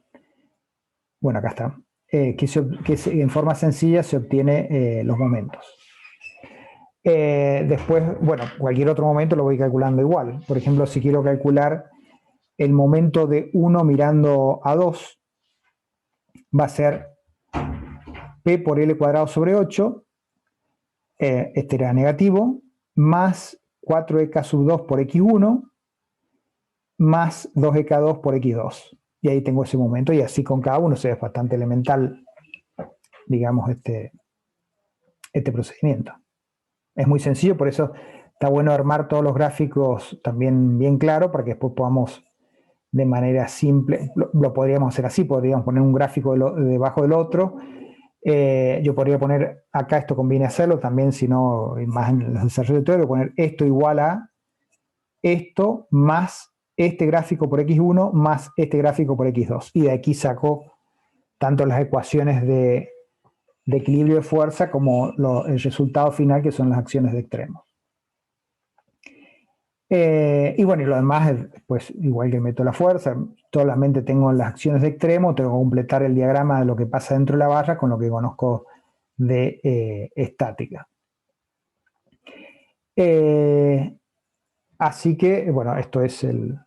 Y, por ejemplo, veamos en reacciones, veamos en la primera viga cómo saco las reacciones. Por equilibrio de los momentos, de los momentos generados. Claro, acá también voy a hacer una sumatoria, pero por ejemplo, veamos acá, que es más sencillo. En este caso, fíjense, tengo 2 y 4, EK1. Los dos son horarios. Entonces tengo 4 más 2, tengo 6 EK en sentido horario. Entonces lo tengo que equilibrar con unas reacciones que vayan en sentido antihorario. O sea, acá tiene una fuerza así y acá tiene una fuerza para arriba. ¿Cuánto vale en esa fuerza? Bueno, 6EK dividido L1. Entonces acá abajo voy dibujando. 6EK dividido L1, ahí tengo esa fuerza. Bueno, lo mismo hago acá. Acá tengo 0 y 0 porque no hay acá. Y acá que voy a tener, bueno, acá puedo trabajar por cada uno por separado. Acá sí tengo este momento de Q por L cuadrado, bueno, acá se van a anular. Y voy a tener porque este positivo y este es negativo con el mismo valor. Voy a tener el Q por L sobre 2. Entonces ahí voy poniendo las reacciones en cada tramo. Y así voy haciendo con cada uno de los tramos. Y después entonces sumo lo que pasa acá, más lo que pasa acá por x1, más lo que pasa acá por x2. Reacciones, cuando hago reacciones voy a tener que ver lo que pasa de este lado y lo que pasa de este lado, si no estoy viendo corte. Corte de 1 mirando a, bueno, va a ser la fuerza que está acá, más la que está acá, más la que está acá, bueno, esta por x1, esta por x2. Cuando hago reacción, hago la fuerza que está acá, más la que está acá, la que está acá, más la que está acá por x1, la que está acá, más la que está acá por x2, y ahí obtengo reacciones. Pero bueno, eso es como de la estática, digamos. Aplico siempre el mismo procedimiento de superposición de los efectos, lo que pasa en cada uno de los casos que estoy planteando acá del procedimiento, lo sumo porque ya sé que esto más esto por x1 más esto por x2 me da la estructura original, que esa es la base teórica. La teoría es simplemente esto, por eso en el video está muy sintético. Yo aplico este procedimiento, que es un artificio, fijando acá y acá provocando giro unitario y los otros fijos, pero me aseguro que estas acciones que estoy agregando, o sea, que este artificio que estoy aplicando, después lo hago igual 0, porque bueno, vuelve acá, pero a partir de esta ecuación de equilibrio de fuerza puedo plantear este sistema de ecuaciones que me permite obtener el X. Y si yo he dicho que esto más esto por X1 más esto por X2 es igual a la estructura original, bueno, haciendo la suma acá de momentos flectores, de corte o de axiales, voy a tener el momento flector, corte y axial de extremo en la estructura original. Y ahí termina el método de desplazamiento. ¿Qué pasa con las acciones de extremos y qué pasa con los desplazamientos en los, donde están las incógnitas cinemáticas? Así que como verán, en este método les resulta más sencillo que el método de las fuerzas porque, digamos, hay que seguir un procedimiento y el problema que tiene el método de la fuerza es que hay que resolver estructuras isostáticas. Acá no, simplemente, todas estas acciones que aparecen acá vienen de tablas. Entonces simplemente para la parte práctica uno va a la tabla y va agregando todas estas acciones. Y después hace superposición del efecto, o sea, es un procedimiento como mucho más simple, así que acá, vamos a ir viendo distintos casos, pero es cuestión también de hacer ejercicios para ver las diferencias en cada caso, pero la metodología es siempre la misma. Entonces acá es como que se sigue un algoritmo ya muy estandarizado y bueno, no hay, van a tener seguro menos problemas que en el método de la fuerza, porque en el método de la fuerza también, cuando uno aplica el TTB tiene que integrar, entonces hay como dos instancias que, generalmente pueden haber algunos inconvenientes. El resolver estructuras isostáticas, que pueden todavía haber algunos inconvenientes, y después el resolver la integración de los diagramas para el cálculo de TTB, que en mi parcial también pueden usar programas computacionales para hacer esta integral, porque resolver integrales no es el objetivo de este curso, así que pueden usar tabla o hacerlo también con el software y calcular la integral definida que corresponda. Y la teoría es muy sencilla, entonces explico este procedimiento primero, pero después le agrego la condición de que la suma de todas las acciones son nulas y después hago superposición de los efectos y nada más. Así que la teoría es media carilla. Con este gráfico también lo podríamos explicar en pocos minutos y ya está. Así que no sé si tienen alguna duda de esta parte. De vía continua, habrán otro caso con resorte, pero se agrega otra incógnita. Por ejemplo, si yo tengo un resorte acá y un resorte acá, que sería modelar el suelo, porque la condición del suelo siempre tiene deformación, entonces para modelar el suelo le coloco un resorte axial y acá si quiero modelar que esto no es perfectamente empotrado, le coloco un resorte helicoidal.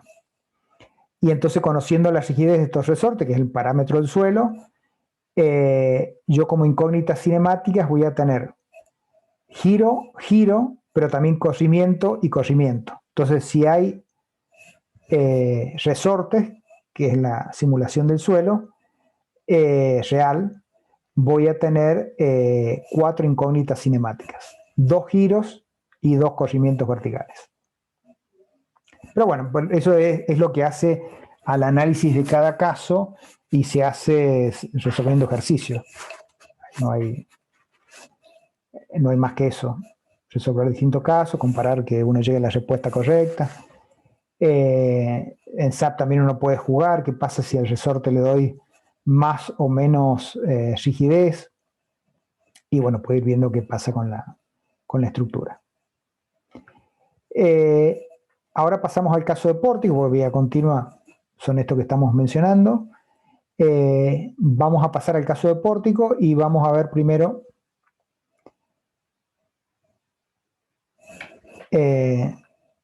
sin simetría, porque si no se lo vamos a ordenar este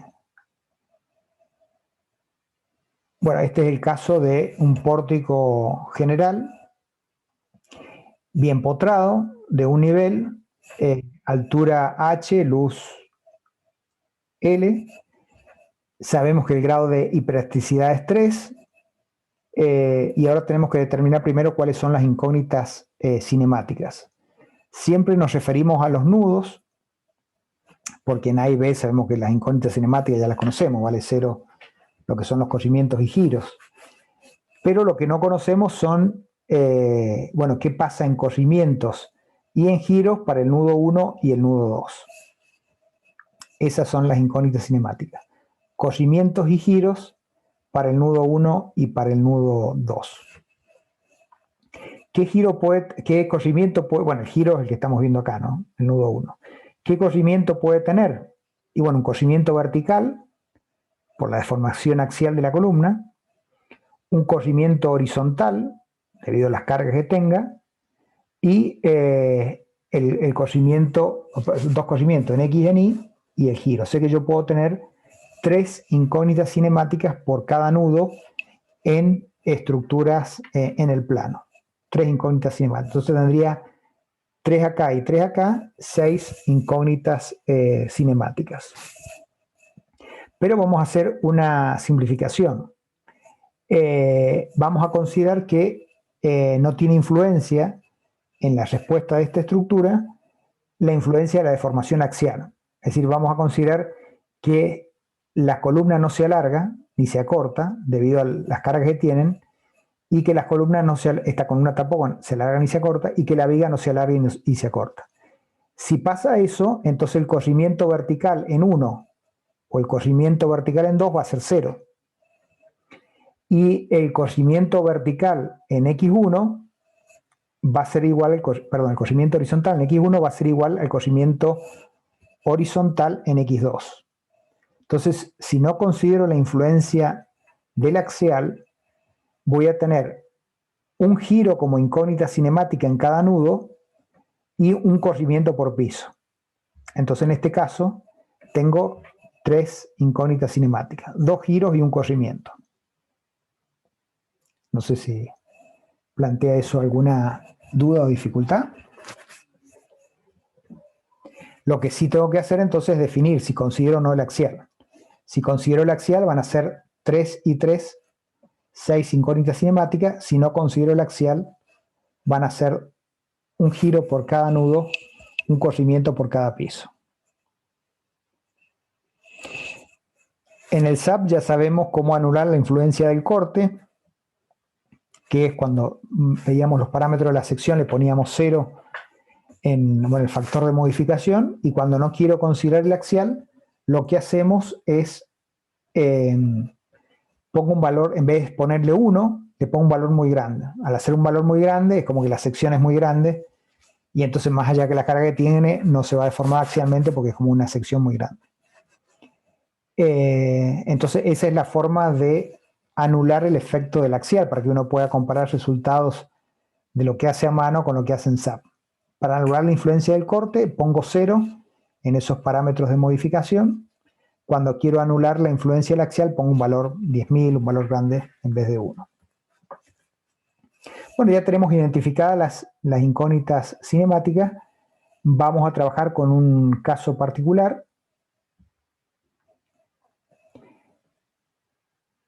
Bueno, acá no está, pero supongamos que como carga distribuida, como acción tengo una carga distribuida y una carga axial, que podría ser un pórtico sometida también en la acción del viento o del sismo. Entonces tengo una carga horizontal en 1 y una carga distribuida en la viga 1-2. Y bueno, hago el procedimiento de siempre. Tengo que fijar los desplazamientos que he fijado como incógnita cinemática. Acá, como no estoy considerando el axial, es giro, giro, corrimiento. ¿Cómo fijo este giro? Con este cuadrado. ¿Cómo fijo este giro? Con este cuadrado. ¿Cómo fijo este corrimiento horizontal? Bueno, con un vínculo móvil que no está dibujado acá, pero habría que agregarle un vínculo móvil que impide el desplazamiento horizontal. Y bueno, vamos a determinar cuánto valen estas acciones que están marcadas acá, que fíjense son acciones en 1 sub 0. ¿Por qué en 1? Porque estamos en la dirección de la incógnita 1. ¿Por qué 0? Porque estamos considerando, aunque no está dibujado acá, la carga que corresponda, que acá, bueno, es una carga cualquiera, nosotros le estamos poniendo una carga distribuida. ¿Por qué prima? Bueno, porque esta se refiere a la columna y esta a la viga. Porque, por ejemplo, si tenemos este caso, una carga acá, bueno, va a haber un momento acá. y si tenemos como en este caso una carga distribuida, bueno, también va a haber un momento de este otro lado. ¿Por qué esta A sub 2? Bueno, porque es el momento en la dirección 2 debido al sistema exterior de carga, prima porque es en la viga, segundo porque es en la columna. ¿Qué pasa con el vínculo? Y bueno, tendremos entonces, el vínculo genera una fuerza en la dirección de la incógnita 3 debido al sistema exterior de carga. Esta puede ser para lo que le está pasando a la columna en la columna de la izquierda y esta para lo que le está pasando a la columna de la derecha. Entonces vamos al ejemplo nuestro que era carga distribuida en la viga, carga puntual en 1. Ingeniero, Sí, disculpe, el apoyo fijo que se le agrega al nudo derecho, sí. ese va a influir en la columna nada más, ese apoyo, o sea, ¿cómo se va a tener en cuenta después las reacciones? Bueno, eso lo vemos ahora. Básicamente, Perfecto. ahora lo vemos empecemos con la carga distribuida. Perfecto. Carga distribuida empotrado, ¿cuánto vale? ¿Se acuerdan de la tabla de recién? Q por L sobre 12, algo así era. Q por L cuadrado sobre 2. Este vale Q por L cuadrado sobre 2, este también, porque es la estructura simétrica, carga simétrica, vale lo mismo. Ahora, si no tengo carga en esta columna, este momento no va a existir. Lo mismo este otro. Si no tengo carga en esta columna, este momento va a ser 0, este momento va a ser 0. Entonces, como momentos que estoy agregando acá, por haber agregado este impedimento al giro, va a ser Q por L cuadrado sobre 12, Q por L cuadrado sobre 12, 0, 0, 0, 0. ¿Qué pasa con la fuerza? Si yo tengo aplicado una fuerza acá, P, y tengo un impedimento al corrimiento en esta dirección, bueno, acá le pongo la reacción. Si esto era P y estoy considerando positivo el eje X positivo, bueno, acá le voy a tener que poner una menos P. Porque la menos P equilibra la P que tengo acá.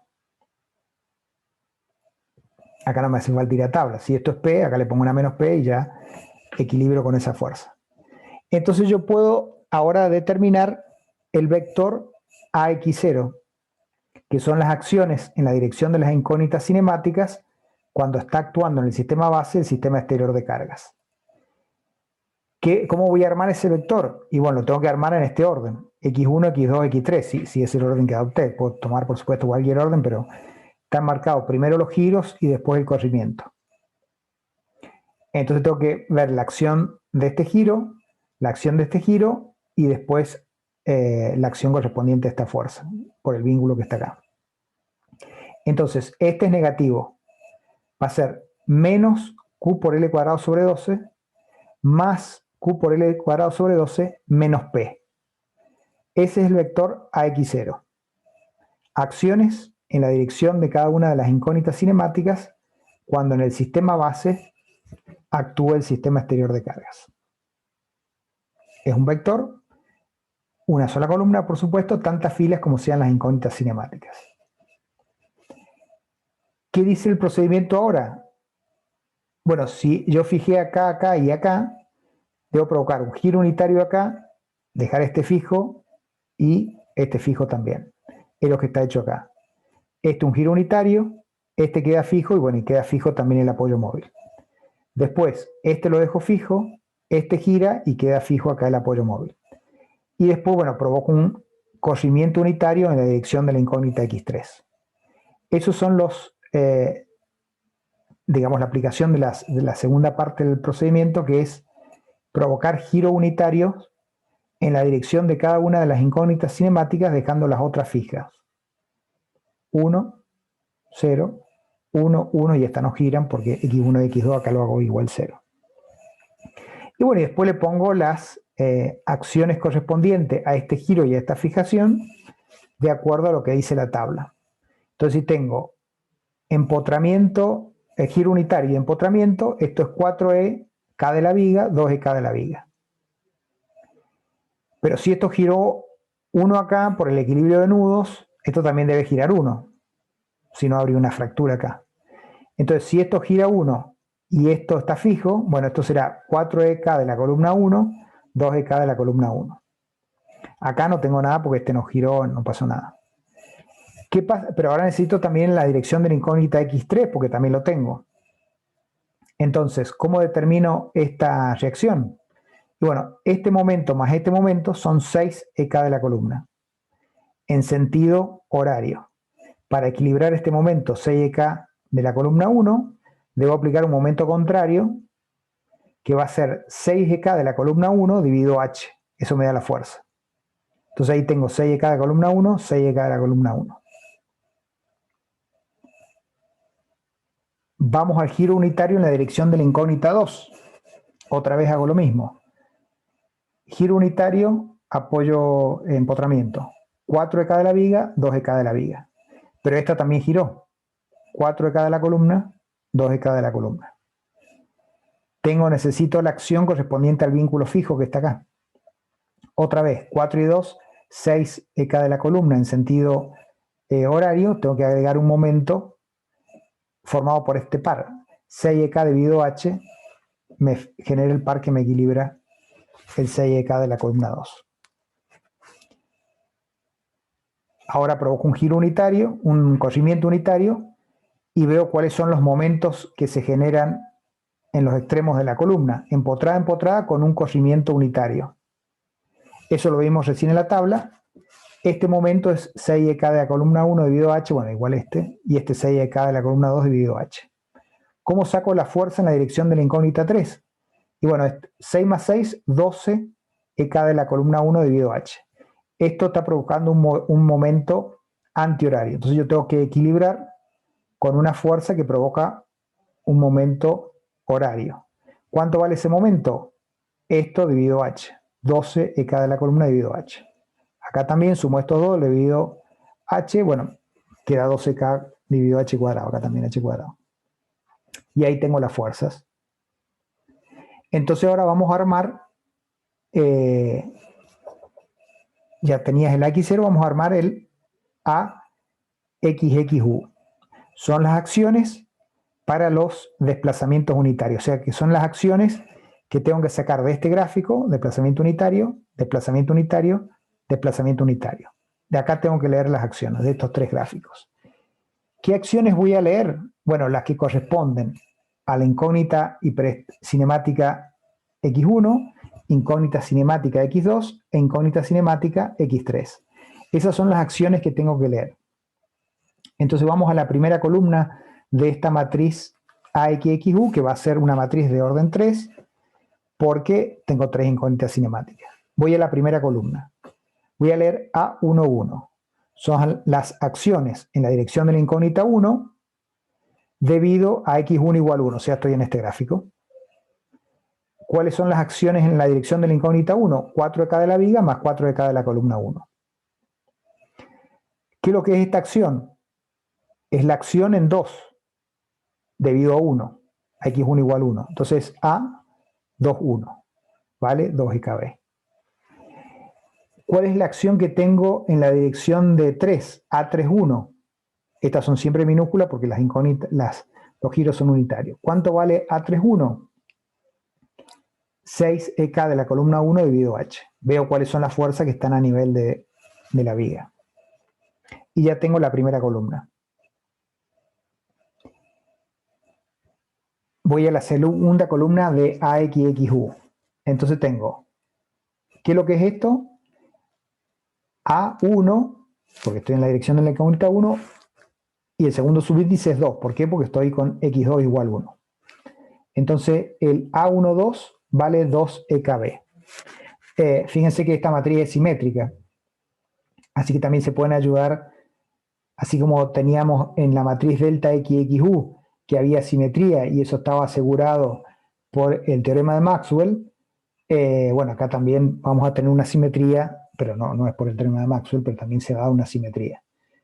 Básicamente lo que tenemos que controlar en esta matriz AXXU, que todos los elementos de la diagonal principal sean positivos y que sea simétrica. Bueno, entonces tenemos el A12, vale 2 EKB. A22, acción en la dirección de la incógnita 2 cuando X2 vale 1. 4 EK de la viga más 4 EK de la columna 2. A32, es la acción en la dirección del axial, del apoyo fijo, cuando x2 es igual a 1. 6ek de la columna 3 dividido h. Bueno, acá tengo x3 igual 1.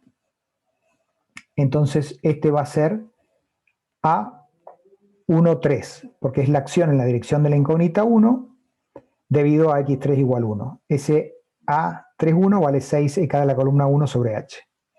Bueno, lo mismo el A32, 6ek de la columna 2 dividido h, y el A33 son las fuerzas que actúan en la dirección de la incógnita 3, es decir, 12ek sobre h cuadrado más 12k sobre h cuadrado, bueno, cada k con la columna que corresponda. Y ahí tengo la matriz AXXU.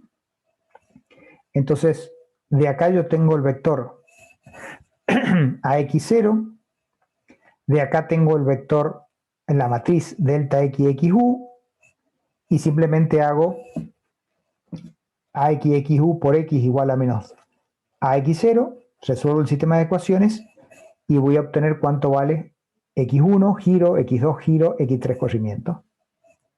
Y resuelvo la primera parte, que es conocer las incógnitas cinemáticas. En radianes y en metros he utilizado unidades compatibles. Y después voy a la segunda parte. Por ejemplo, bueno, siempre la numeración es A y B los apoyos, y acá le colocamos números. En este caso 1, 2. Igual en la vía continua, ¿no? Hemos hecho lo mismo. Entonces, fíjense, ¿qué pasa si yo quiero saber cuánto vale el momento de 1 mirando a 2? Bueno, voy acá. Tengo que sumar lo que pasa en el sistema base, más este por x1, más este por x2, más este por x3. Lo mismo que hacíamos recién. ¿Cuánto valía este momento? Sistema base sometido al sistema exterior de carga. Bueno, esto era menos q por L cuadrado sobre 12. Más 4ek de la viga, porque siempre estoy de 1 mirando a 2, por x1, más 2ek de la viga, más porque es positivo horario, más 2ek de la viga por x2, más 0 por x3, porque acá no hay momento aplicado, pues estoy de 1 mirando a 2. Fíjense qué cambia si hago de 1 mirando a. De 1 mirando a, acá no voy a tener momento, porque esta columna no tenía carga, entonces acá no tengo momento, tengo 0. Más 4ek de la columna 1 por x1, más 0, más, bueno, en este caso, sí, también este caso es menos 6ek de la columna 1 dividido h por x3. Y ahí saco el momento de 1 mirando a 2, y bueno, y voy haciendo lo mismo con cada extremo de barra, y tengo los momentos de extremo, y otra vez con los momentos de extremo y con el equilibrio saco los esfuerzos de corte, saco reacciones, y bueno, y todo eso. Lo que tengo que verificar acá, bueno, después lo vemos en particular ya en un caso, que tengo que verificar el equilibrio de nudos y el equilibrio de piso respecto de la fuerza lateral aplicada. Pero bueno, esto también aplicado un porque fíjense que no tiene, la única diferencia que veamos acá es que aparecía una incógnita cinemática correspondiente a un corrimiento, que no lo teníamos en la estructura original. No sé si tienen alguna duda. No, ingeniero, se entiende. Después, por supuesto, cuando uno va haciendo los ejercicios van a aparecer algunas. Pero bueno, esta es la idea general, ya se la llevan para que ya mañana puedan con Víctor empezar con la parte de ejercicios. Fíjense si ahora tenemos dos niveles. Y bueno, planteemos las incógnitas. Inicialmente considero que no tiene influencia el esfuerzo axial en el resultado del análisis estructural. Entonces no considero el esfuerzo axial. Y tampoco voy a considerar el corte, aunque el corte no tiene influencia en cuanto a la cantidad de incógnitas cinemáticas. Entonces, como tengo, bueno, las incógnitas cinemáticas es un giro por cada nudo, entonces tengo x1, x2, x3, bueno, x4 y x5, tengo 4 incógnitas de giro porque tengo 4 nudos, y una incógnita por piso, porque no estoy considerando el axial. Entonces acá tengo una más y una más. Entonces básicamente tengo 6 incógnitas cinemáticas. Esto es sin considerar la influencia del axial. Entonces, bueno, este caso tiene una carga P1 lateral, P2, altura H1, H2, vano de longitud L, Q1 y Q2. Esta es la condición de carga y estructura. Pero bueno, vemos que en cada caso, sea el pórtico que sea, lo que me tengo que fijar son los nodos, y en cada nodo identificar una incógnita cinemática por giro, y por cada piso agregar una incógnita cinemática, si es que no estoy considerando el axial. Y si quiero considerar el axial, bueno, consideraré 3 incógnitas por nodo, entonces acá tendría 2 incógnitas cinemáticas. Entonces tengo 2 incógnitas cinemáticas si considero el axial, 6 incógnitas cinemáticas si no considero el axial. Elijo yo, por supuesto, el caso de menor incógnita si sé que el axial no tiene influencia. Y si no sé, bueno, tendré que hacer el cálculo de los dos y ver la influencia. Bueno, lo que pueden hacer no a mano, pero lo pueden hacer con SAP. Podrían resolver la misma estructura con la influencia del axial y ver la diferencia siempre porcentual, cuánto varía. Y entonces si esa diferencia del 1 o 2% no tiene sentido considerar el axial. Pero bueno, vamos a mencionar ya, y con este ejercicio ya terminamos, porque siempre es lo mismo, ¿no? Todo metódico. Lo primero que tenemos que hacer es, con la estructura original, con las cargas que tiene, fijar las incógnitas cinemáticas. Entonces, acá voy a poner un cuadradito, un cuadradito, un cuadradito, un cuadradito, y acá un apoyo móvil y un apoyo móvil. Entonces acá está el cuadrado, el cuadrado, el cuadrado, el cuadrado, y bueno, está dibujado, pero ahí va el apoyo móvil. Y bueno, después fíjense que volvemos a los casos básicos, porque tengo que poner las acciones correspondientes a esos impedimentos de desplazamiento que he originado. Entonces, esto sería viga empotrada, Q por L cuadrado sobre 12. Viga empotrada, Q por L cuadrado sobre 12. Si acá tengo una carga P1 y acá tengo un apoyo móvil, bueno, la reacción es P1. Si acá tengo una carga P2 y acá tengo un apoyo móvil, la reacción es P2. Y entonces ahora ya puedo armar el vector AX0, acciones en la dirección de las incógnitas hiperestáticas debido al sistema exterior de cargas. Me acuerdo de la numeración, X1, X1, X2, X3. Leo entonces, esta que es negativo, menos Q por L cuadrado sobre 12, A1, 0, A2, 0, Q por L cuadrado sobre 12, A3, 0, menos P sub 1. Después tengo X4, X5, X6, entonces leo menos Q sub 2 por L cuadrado sobre 12, más Q por L cuadrado sobre 12, menos P sub 2. Y ya tengo armado el vector AX0. Después tengo que armar la matriz AXXU. ¿Qué hago para eso? Giro unitario acá, todo lo demás fijo. Giro unitario acá, todo lo demás fijo. Bueno, y así voy haciendo con cada una de las incógnitas cinemáticas para armar el AX2. Entonces, fíjense, giro unitario, fijo, fijo, fijo. Giro unitario en 2, fijo, fijo, fijo. Corrimiento unitario en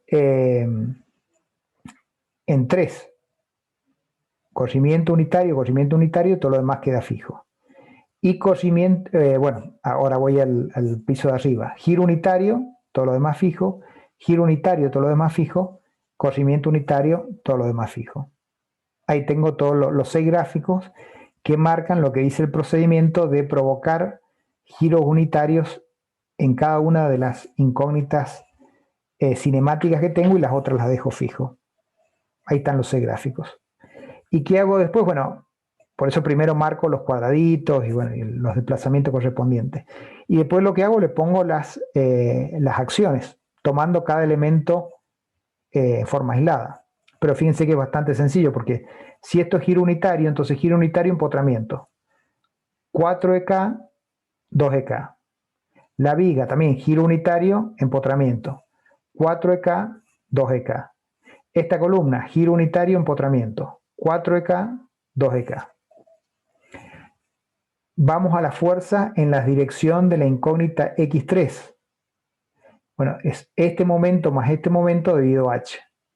4 y 2, 6. 6 EK de la columna 1 dividido, perdón, es esta que está acá. 4 es 2, 6 EK de la columna 1 dividido H1. ¿Cómo sé si va para allá o para allá? Y bueno, esta es la reacción de los momentos que tengo aplicados.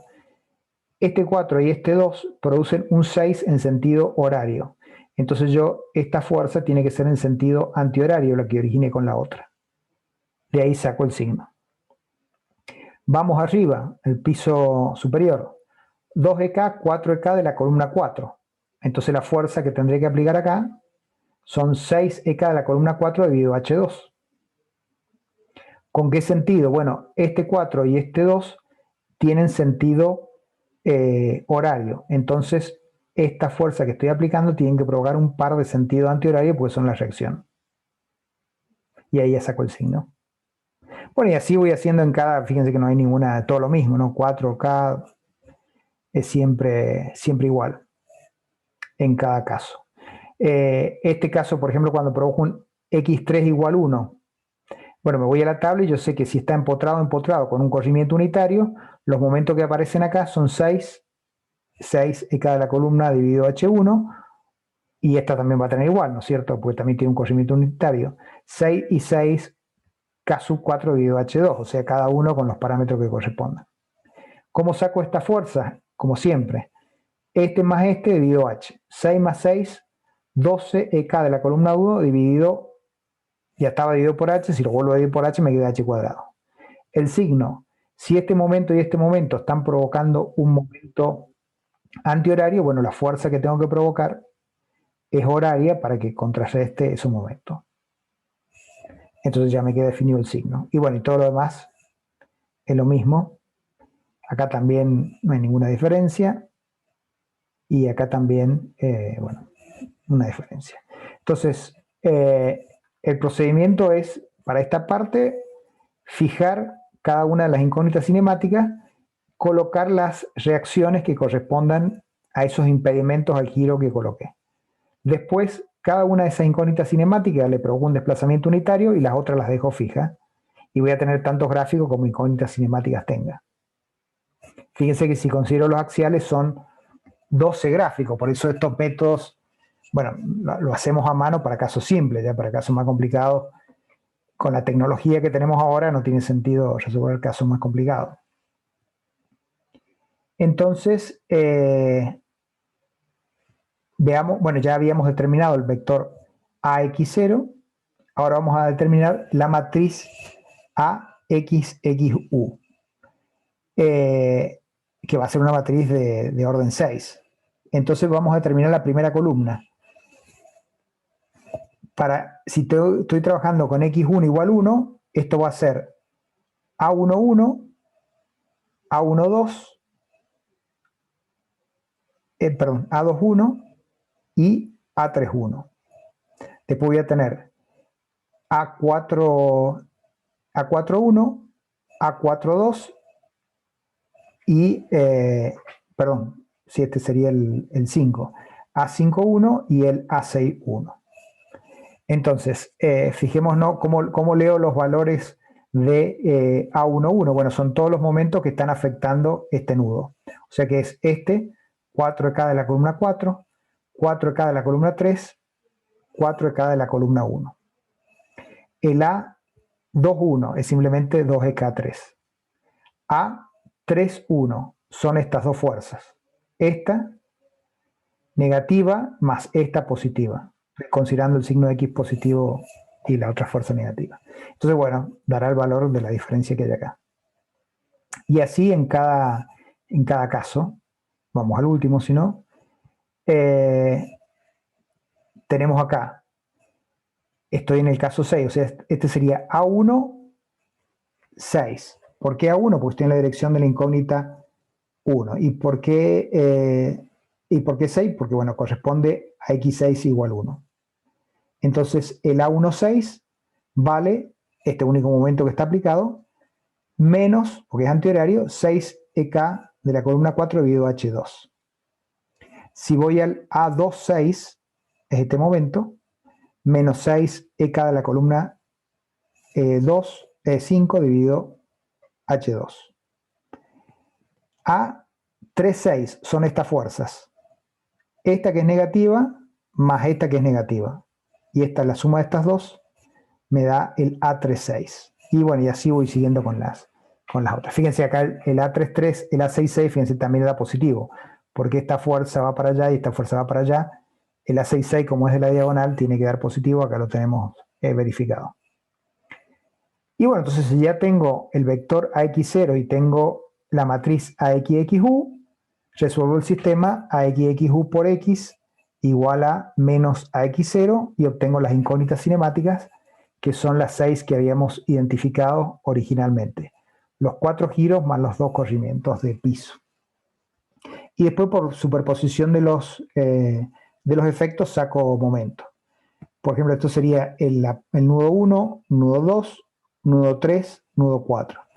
Por ejemplo, de 4 mirando a 1, si quiero ver el momento, aplico superposición, o sea, este valor de momento, Q2 por L cuadrado sobre 12, más 0 por X1, más 0 porque estoy acá mirando para allá, más 0 por X2, más 0 por X3, más 2EK6 por X4, más 6EK5 sobre H sobre 2 por X5, más 0 por X6. Y ahí resuelvo, igual en cada uno de los nudos, resuelvo ese caso. Así que fíjense que siempre, por esto es mucho más, digamos, metódico que el método de las fuerzas, porque en el método de las fuerzas, cada vez que aplicaba una acción unitaria en la dirección de la incógnita preestática, tenía que resolver un isostático, y cada isostático iba siendo, como cambiaba la acción, iba siendo distinta la resolución del isostático. Acá, bueno, en general se repiten esta situación de empotrado o empotrado con un desplazamiento unitario. Entonces, bueno, voy a tabla y encuentro fácilmente las acciones que corresponden, mientras que en el método de la fuerza yo tenía que encontrar desplazamientos mediante el TTB, y entonces tenía que poner el sistema deformante, no deformante, en cada caso resolver un isostático y después hacer la integración. Como verán, esto es mucho más de método. Por eso también, digamos, esto es más fácil de programar que el método de las fuerzas. Y digamos que el método de elemento finito tiene que ver más con este método que con el método de las fuerzas. Porque bueno, también esto ya, por supuesto, cada método que se hizo a mano cuando no había computadora, después se busca cuál es el que es más fácil programar para poder esto extenderlo a n casos, a n pisos, por ejemplo. Pues fíjense ya acá cómo se complica la cantidad de cálculos que tenemos que hacer, a pesar que son muy simples, pero acá ya con 2 pisos ya tenemos que resolver un sistema de 6×6. Imagínense un edificio alto, donde además tenemos estructuras espaciales. Entonces, por supuesto, esto, bueno, en su momento lo hicieron a mano, ahora ya no se usa, lo vemos simplemente para casos simples, para ver cómo es el funcionamiento de la estructura, pero no lo usamos para cálculos más complejos. Además, estamos viendo nada más estructuras de barra en campo elástico, así que imagínense, cada vez que agregamos un nuevo problema va a ser más difícil. Bueno, después también están planteados los casos de simetría, pero bueno, esos también son bastante sencillos. Creo que queda tiempo para ver uno. Lo planteamos rápidamente. Fíjense, tenemos una estructura simétrica con carga simétrica. Ya habíamos visto simetría en el método de la fuerza. Decíamos, si hay simetría de estructura, uno puede el sistema de ecuaciones lineales transformarlos en 2 sistemas. Uno para las incógnitas simétricas y otro para las incógnitas antisimétricas. Si además la estructura las cargas eran simétricas, bueno, las cargas antisimétricas eran nulas. Y si las cargas eran antisimétricas, las incógnitas simétricas eran nulas. Entonces, bueno, eso nos permitía trabajar con sistemas de ecuaciones más pequeños. Acá también podemos hacer uso de esa propiedad de simetría de cargas y estructuras. Y entonces, por ejemplo, acá, fíjense, este ángulo va a ser igual que este, a pesar de que los signos son distintos. ¿Por qué? Porque la estructura es simétrica y las cargas son simétricas. O sea, tenemos que, por supuesto, verificar que este JC sea igual al de esta columna. Y entonces, bueno, acá ¿qué hago? Sistema fijo, pero trabajo simplemente con esta parte de la estructura porque la otra es igual. Sistema fijo, entonces fijo acá.